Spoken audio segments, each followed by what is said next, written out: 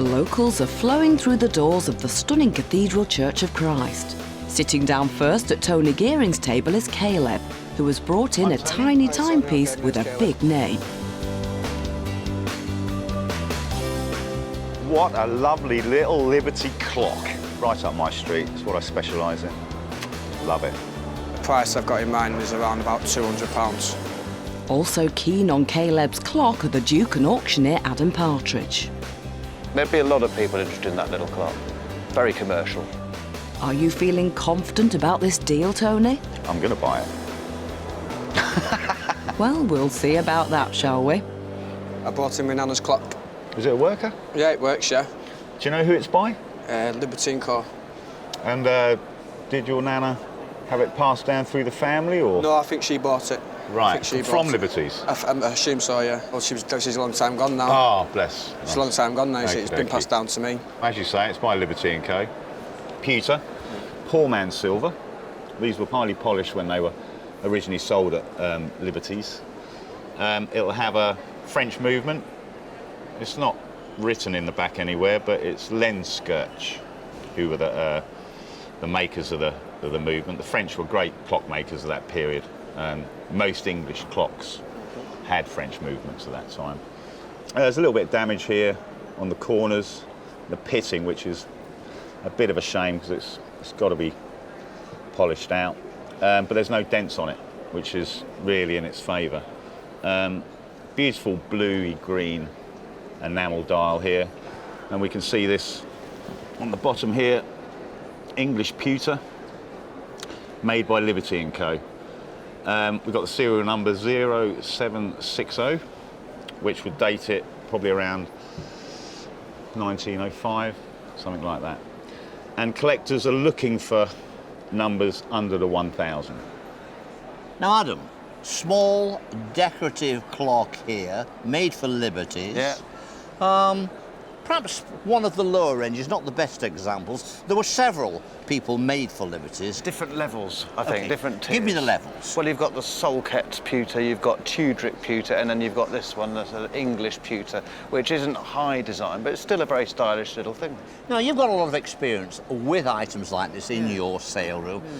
How strong is it at the moment? Prices have been strong for years for arts and crafts, and it's still very strong, very commercial. Now, Tony is a specialist in this area, and I feel confident he's going to buy this. Let's see what he puts on the table. Estimates here were 2 to 3 from our auctioneer and £200 to £300 from our independent valuers. Best we get down to some money then, eh? That'd be nice.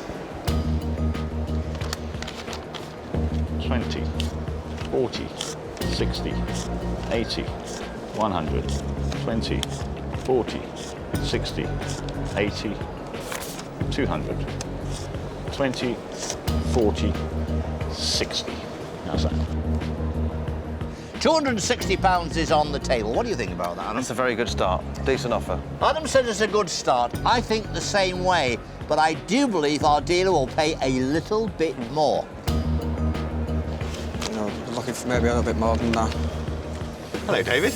Now, you realise you're going to have to buy this, son, Absolutely. because our independent valuers are saying £200 to £300. There is already 260. I'm going to say, at the moment, that is a fair, sound offer, but it's up to you to make up your mind if you want to gamble and go further. And by the way, it might well be that Tony hasn't finished yet. Well, hopefully I have. What do you think? I think I'd like a little bit more. I think it's worth a little bit more with a story behind it, and it is 100 years old. That makes it around 3. We're doing a deal? I'll do a deal with that. Excellent. Thank you very much. Thanks very much, Caleb. Brilliant. Didn't mess about with that. I know exactly where it's going to go and who it'll go to. When he put 300 down, I thought that he was making a fair deal and he wanted it, and I was happy with that price. I'm happy to have sold it to Tony. Do you know, everyone was happy. Oh, that's what we like to hear. Now, let's roll on to Alison Chapman's table. What have you got for us, Jenny? I bought a set of bowls in today and I'd like to get at least about £40 to £50 for them.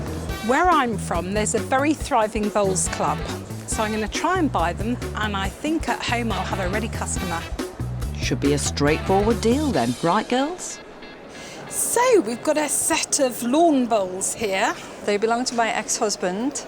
He found them in his first house in Liverpool over 30 years ago. Why has he given them to you to sell?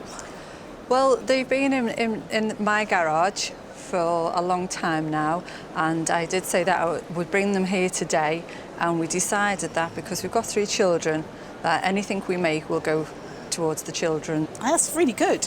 Excellent. Well, I noticed that the box, so they're a Liverpool-made bowl, so that's rather nice that they have their box. And these are 2.5, so that's actually a good weight, because a woman could bowl that. Right. And so could a man. But they're quite lovely, aren't they? They'd make great nice doorstops, even if you didn't use them, really. Very much, yeah. So you want me to buy them? I do. So I should get my money out. So really we've got like 1, 2.5, haven't we? So I sort of think 20 for the 2 big ones and a £5 for the small.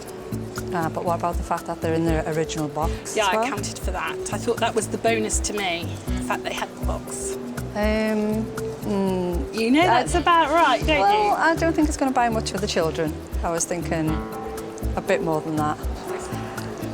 A £5 for the box, £30. I don't think that's quite enough. Well, I shan't want to pay any more for them. Okay. £30 is my offer. I think I'd take my chance at auction with them being from Liverpool. OK, that sounds a very Made in good Liverpool. idea. Excellent. Yeah. All right then. So you're going to auction. It looks like, yeah. All right, auction Forward it to is. Thanks Thanks very much. All right, thanks very much.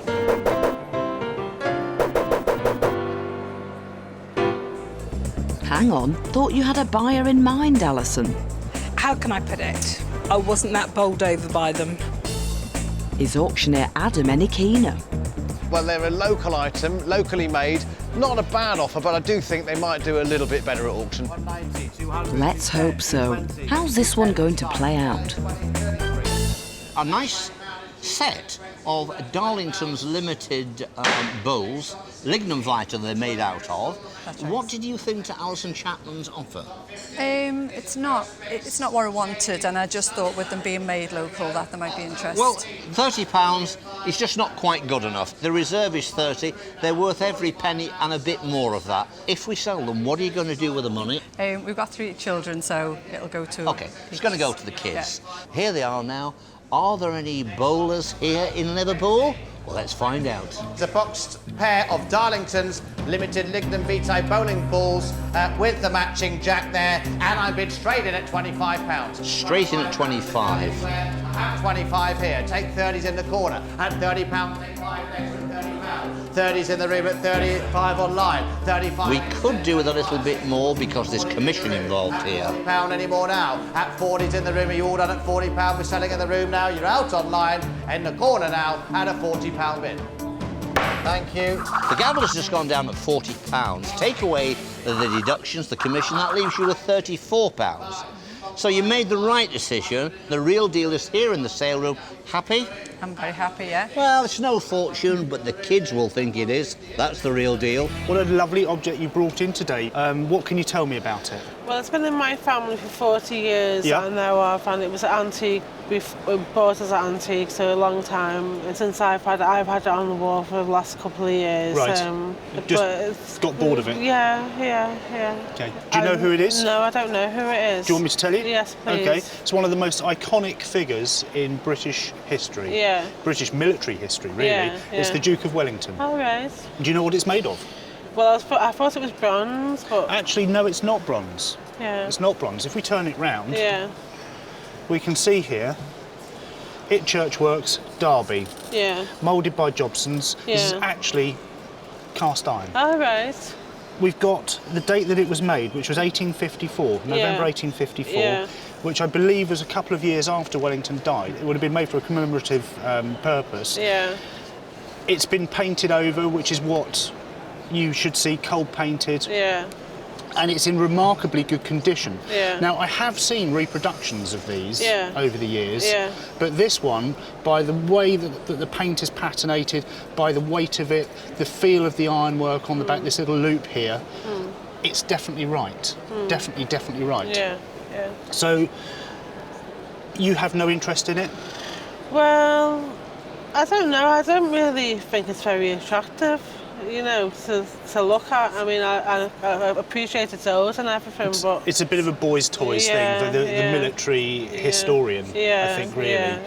Well, let me get some money out Okay. and see if I can tempt you into letting me buy it. Okay.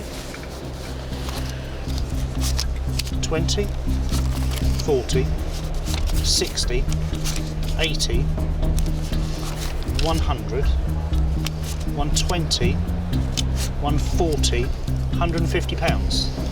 What do you think? I think that's a good offer. It's a good offer, yeah. I'd like a little bit more though if I could. I go to bed dreaming of people saying that to me, you know. I'd like a bit more. David, what do you think? Well, first of all, I think it's a cracking article. Yeah. There are two estimations, 80 to 120. I say ridiculous. 150 to 200 pounds, more realistic. I think 150 is a decent price, but it's worth more. The image is powerful. It's the Iron Duke, certainly one of our greatest heroes. So I'm going to say, press him a little bit harder, and I'm sure he'll pay a little bit more. Thank you. Thanks, David. So, how much do you want me to put on the table? Well, could you go to 200? No. No, you can't go to 200. I tell you what, 170, okay? 180. How about 180? Come on, David, help me out. You know you want it. I'll tell you what's nice about this. It's only about the 1850s or... But it has a nice patination to it. It has great colour in there. If I was you, I'd get yourself another 20 quid in, get it bought for sure, make sure it doesn't go to auction. Well, thanks, David. What do you think about that? Well, doesn't matter what I think, does it really? So what I'm going to do is put another 20 on the table, 200 on the table, do we have a deal? Yes, Rebecca, you're a star. Thank you, darling, very much indeed. Thank you.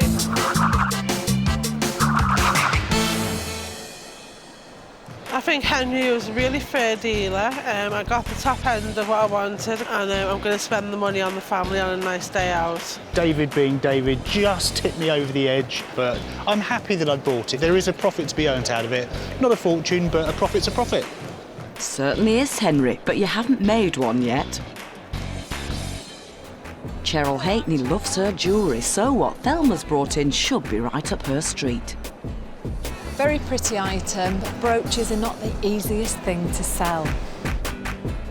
Maybe so, but Thelma's going to give it her best shot at selling it to you. Now, you've brought a very pretty amethyst brooch along today. So tell me the story behind your brooch. It belonged to my husband's aunt, now well gone, and she just gave it to me before she died. Okay. Yeah. And why are you thinking of selling it? I don't use it. I don't wear it at all. This is like 9 carat gold, and probably date-wise 1920. Would that tie in? Probably be, yes. Okay. Not the most fashionable things brooches now, but I think the amethyst itself is beautiful. It's a great size. I mean, the colour here, if we just pick it up, you can just see that beautiful amethyst colour. Yeah. And it's all perfect. There's no chips. And it's like what we call probably an emerald cut to the amethyst. And then it's got this little gold safety chain there. But what would you do with the money if you did sell it? Probably just put it towards a holiday, yeah. Okay. Yeah. Well, shall we see if we can tempt you? Yes, please. Okay. I'm sure you've got an idea of how much you'd like. Okay, so let's start off at £50. No. It's a firm shake of the head. Okay. And how about £90? Getting there, but not quite. Let's round it up then, Thelma, to £100. That's quite a decent offer. Yeah. That's a bit better than that firm no that we got before. So, £100 in cash on the table. Could you go a little bit more? How much do I like it? What about if I put another 10 down? Okay. 110. What do you think to that? Get in there. Very close. Very close. I think Just 110's a good offer. They're not the quickest of sellers. They're not the easiest of sellers. I think 110's a fair bid. Okay. Tell me what you'd like to do. I'll take that, please. Fantastic. Yeah. Thank you very much, Thank Thelma. you very much. Thank you for bringing it along. Thank you.